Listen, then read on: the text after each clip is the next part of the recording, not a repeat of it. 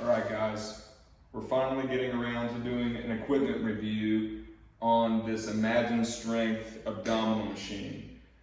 This is a very good looking piece of equipment, very nice upholstery, clean stitching, no complaints there. I will tell you one thing that I'm not too crazy about right out of the gate was the knee pads. So these brackets that hold your legs in place. As you can see here and here, they have a disc on either side where it's supposed to, I believe, provide some adjustability width-wise.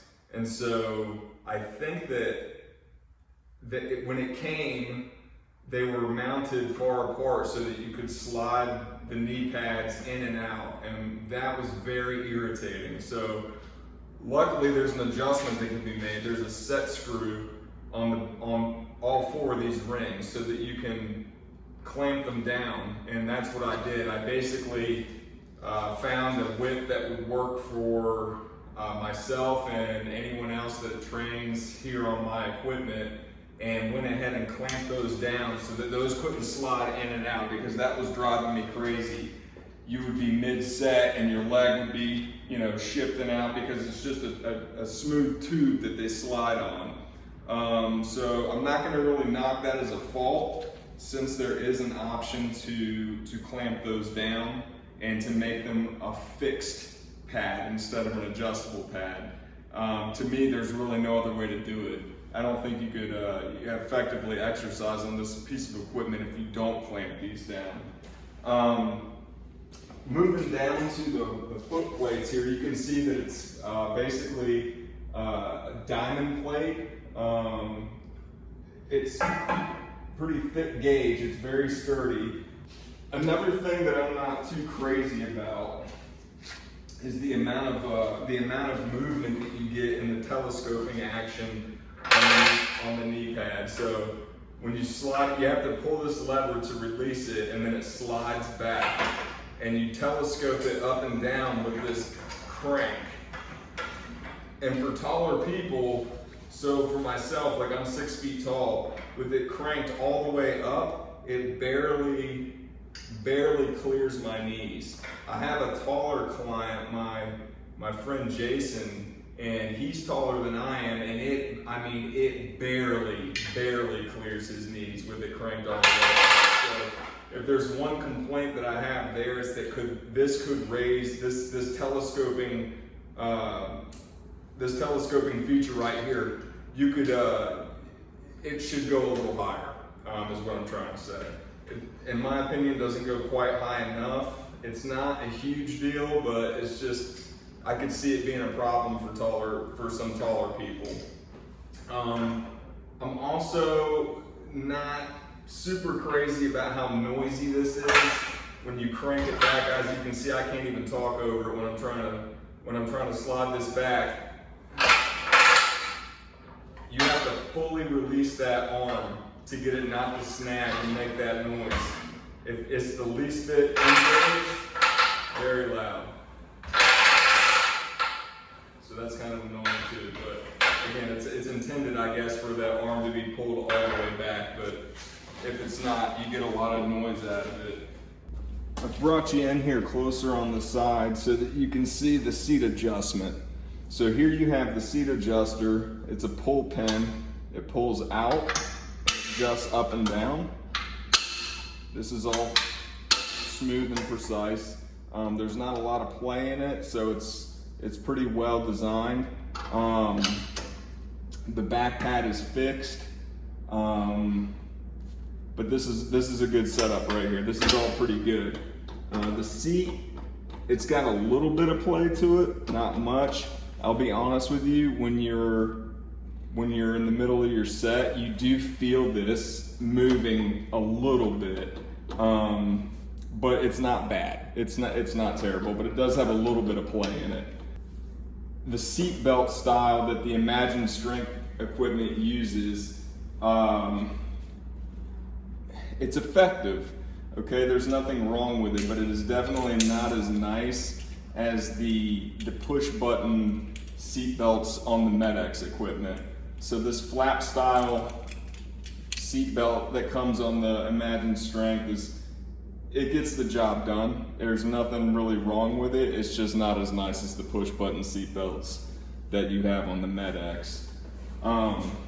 The upholstery itself, it's more of I think it's vinyl. I'm pretty sure it's vinyl. It's nice, it looks good, it's durable, but it's definitely not as nice as, say, the upholstery on the MedX equipment. You can see it's just a higher quality material. Again, nothing wrong with it, and just being fair and honest and pointing that out. So the one thing I will say, well, let me adjust this weight down a little bit to make it just for demonstration purposes. So the one thing that drives me a little crazy about this machine is the resistance curve on it. So, let me get locked in here. So when you're in this, I've got the weight stack gapped at 5 holes, okay? And I've got the top pin set here as a hard stop at 5 holes also.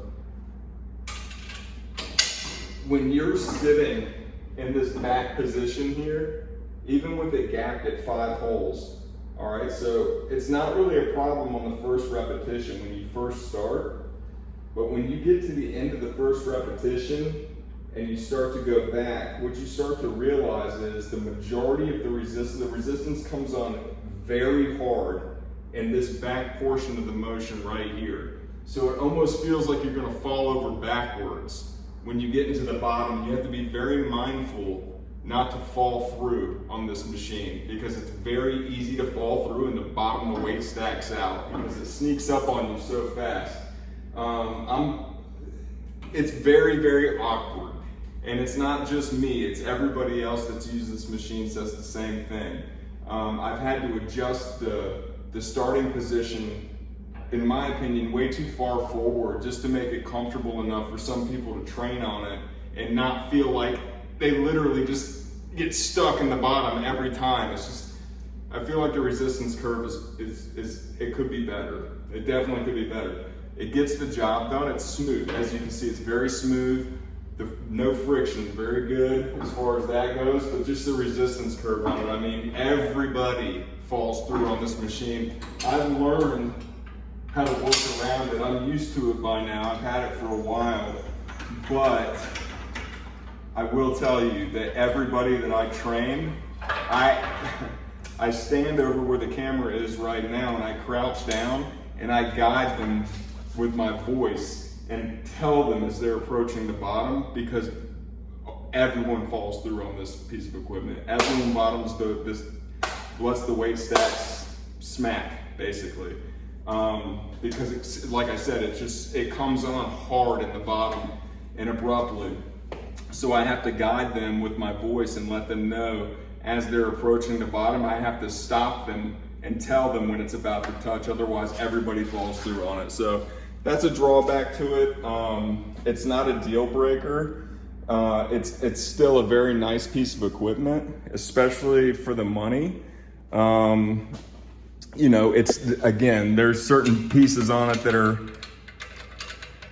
the fit and finish on it is just, it's not like MedX, you know, obviously, because you're not paying MedX money, so you're not expecting for that to be as nice as it's gonna be on the MedX equipment.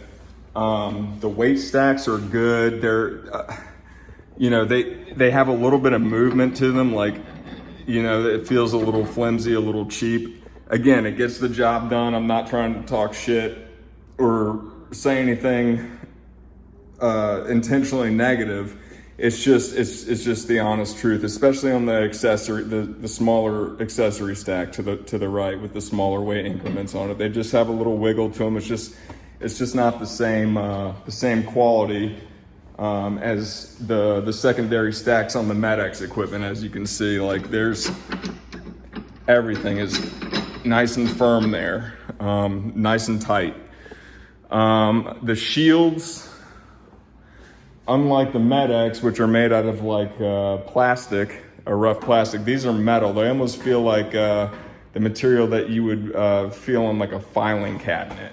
So it's just sheet metal paneling that are held in with screws with Allen heads on them. They're easily removable.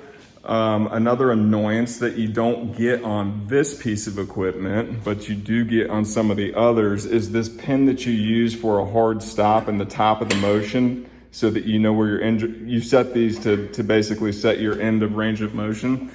Is that depending on the machine, and like I said, it doesn't do it on this one, but that pin, as it goes through the weight stack and all the way to the back there, makes contact with that sheet metal panel on the back of some of the machines. So what you get is you get a rubbing noise, and it's very irritating. So as you can see, I've pulled that shield off the back of the lumbar machine, as well as the leg curl machine, because on those two machines, it does that. And so I just ditched the shields so I wouldn't have to deal with the annoyance. On a scale of 1 to 10, I don't have another abdominal machine to compare it to, like a Med-X or a Nautilus. So I'm really not comparing it to anything. So when I grade this machine, I'm just grading it standalone. On a scale of 1 to 10, I'm going to give this machine, I'm going to give it a 7. Mostly for the issues with the resistance curve and how awkward it is in the bottom of the range of motion. But overall, it gets the job done. It's definitely an effective training tool. It just could be a little better in the resistance curve department. But I hope that helps anybody that was interested in finding out more about this particular piece of equipment. That's my review.